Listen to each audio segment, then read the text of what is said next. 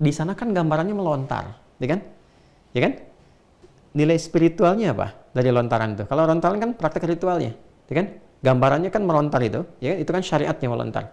Tapi hikmah di balik itu apa? Yang dilontarkan nafsunya, itu yang diperbaiki. Makanya jamarat kan gambaran dari godaan-godaan setan itu. Yang pertama digoda kan nafsu dirinya itu.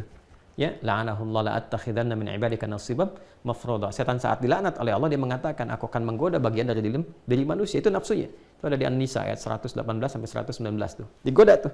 Nah, itu yang dilontar. Supaya godaan-godaan setan itu bisa diminimalisir, dihilangkan sifat buruk yang muncul baiknya. Nah, sama persis. Nafsu ketika itu kemudian coba untuk dikendalikan, dilontar lewat jamarat di sana, di sini dengan menyembelih hewan. Dan hewan itu di antara makhluk yang diciptakan oleh Allah hanya dengan nafsu saja, nggak ada takwanya. Kan nafsu lawannya takwa. Jadi begitu nafsu bisa disembelih, bisa dilontar, yang muncul takwa. Ingat, nafsu lawannya apa? Takwa. Ketika nafsu bisa disembelih, bisa dilontar, maka yang muncul takwa yang baiknya. Di sana melontar, di sini menyembelih. Jelas ya? Dan kalimatnya sama. Ketika di sana melontarkan bismillah ya Allahu akbar, lontar. Di sini menyembelih, bukankah menghadap ke arah kiblat? Apa kalimatnya? Bismillah ya Allahu akbar. Dan sunnahnya setelah selesai itu menghadap ke kiblat dan mengatakan, inni wajjahtu wajhiya lilladzi fataras samawati wal arda hanifan muslima wa ma ana minal musyrikin, sampai ke ujung hadisnya, sampai ke ujung doanya. Seperti yang tadi pernah kita sampaikan. Jadi sama persis. Ritualnya berbeda, tentu pahala banyak di sana, tapi yang kita cari nilainya dan keikhlasannya. Tadi pembahasan kita di awal tentang value-nya. Maka yang diraih di sini dengan diraih di sini itu hasilnya sama-sama teman-teman sekalian. Renungan yang di sini berlangsung sampai ke tanggal 11, ya kan? Kemudian 12, ini kan pulang nanti setelah dia lontar yang Aqabah saja, ya kan? Kemudian dia beristirahat ke maktab, kadang ada yang langsung ke Ka'bah, dia tawaf ifadah, lalu bersiap kan tanggal 11 mabit kan di Munah. Untuk apa? Persiapan merenung lagi, apa yang belum bersih di hati ini, lontar lagi ke jamarat. Merasa belum bersih, balik lagi, tanggal 12 lontar lagi. Merasa sudah bersih, dia pulang, selesai hajinya. Dengan? Itu yang dimaksud Al-Baqarah di ayat 203 itu. Ya.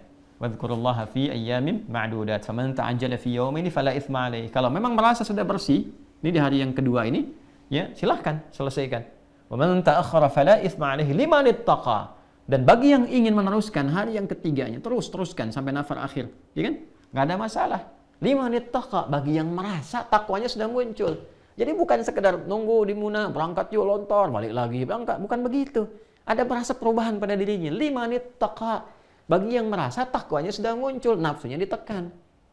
Nah, bagi yang tidak berangkat haji, sama persis yauman nahri, kan? Hari tasyriknya nih, sampai hari ke-13 kan? Sama. Mungkin ada yang nyembelih tanggal 10-nya setelah sholat, mungkin ada yang nyembelih tanggal 11, tanggal 12 sampai tanggal 13. Tapi yang paling menarik apa? Baik yang di sana ataupun yang di sini, di akhirnya adalah terjadi peningkatan takwa yang membuat dia lebih dekat dengan Allah. Nah, keadaan seseorang yang merasa lebih dekat dengan Allah dari sebelumnya, itu dalam bahasa Arab disebut dengan kurban namanya. Kurban dari kata koruba. Ya, ini intinya. Bukankah saat menyembelih kita katakan ini sedang kurban? Ya kan?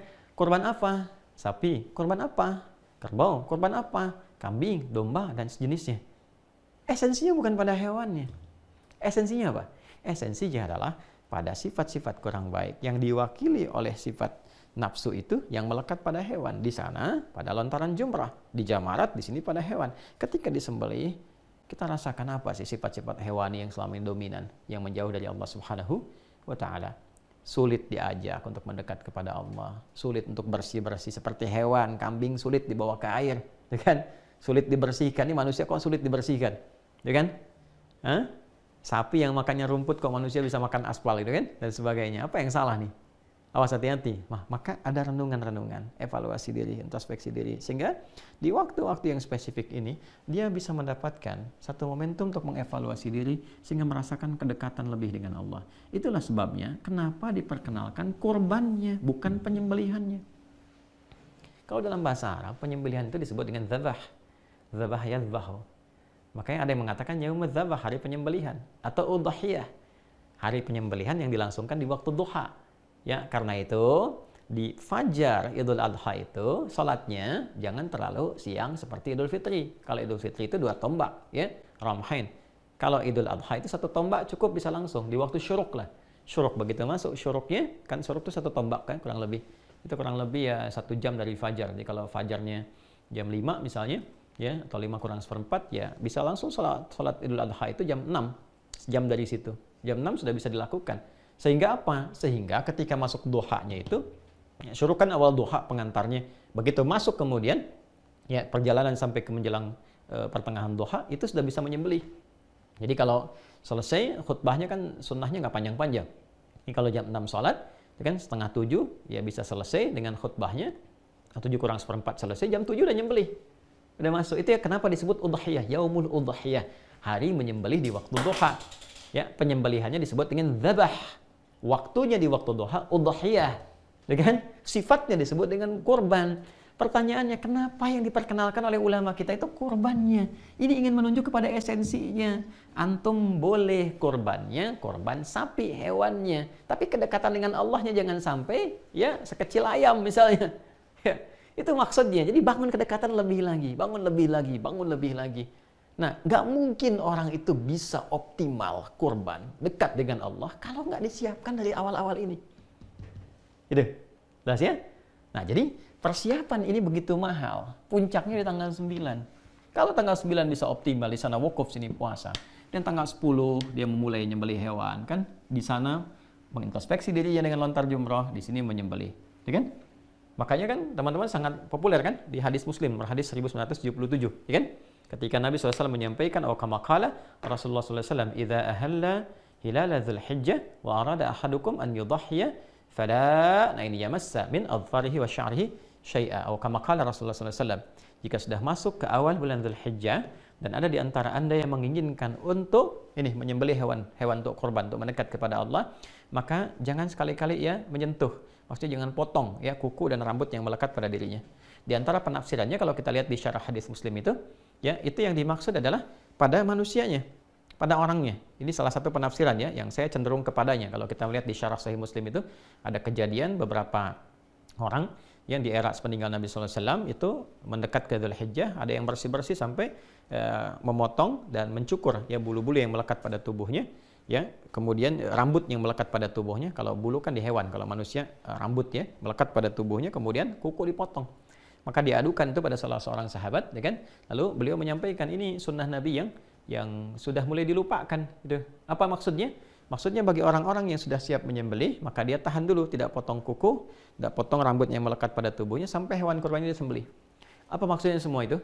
Supaya Allah berkenan mengampuni semua bagian tubuhnya sampai bagian tubuh yang biasa ia cukur atau ia potong sebelum terlepas dari dirinya. Mungkin kuku ini pernah menyertai dalam dosa, rambut pernah berdosa. Bukankah banyak istighfar di awal-awal ini? Dipuasain, minta ampunan sama Allah. Sehingga ketika dipotong, itu sekaligus dipotong dalam keadaan bersih yang sudah lepas dari dosa-dosa. Itu maksudnya. Ya, di luar penafsiran-penafsiran lain, tapi ini yang dimaksudkan hal yang menyempurnakan keadaan kita merasa lebih dekat dengan Allah. Ketika seorang sudah dekat dengan Allah, maka otomatis sifat-sifat dalam nafsu yang negatifnya itu terkikis, sifat baiknya muncul. Nah, kebaikan yang lahir setelah buruknya itu hilang atau bisa ditekan, maka ini disebut dengan birrun namanya. Tuh. Kalau melekat kepada dirinya, maka disebut dengan mabrur namanya. Mabrur.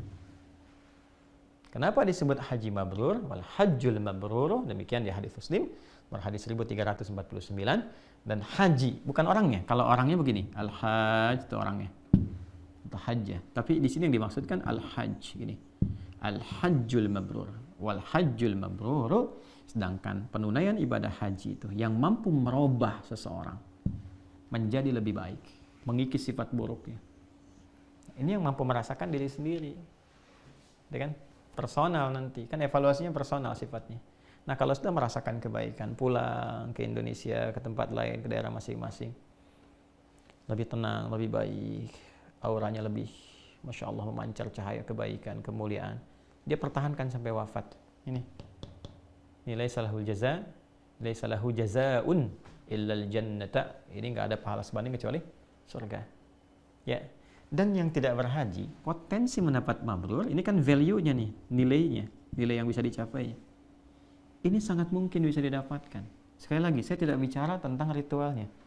Kalau ritualnya nggak semua orang bisa mengerjakan, makanya yang terpanggil optimalkan setelah sampai di sana.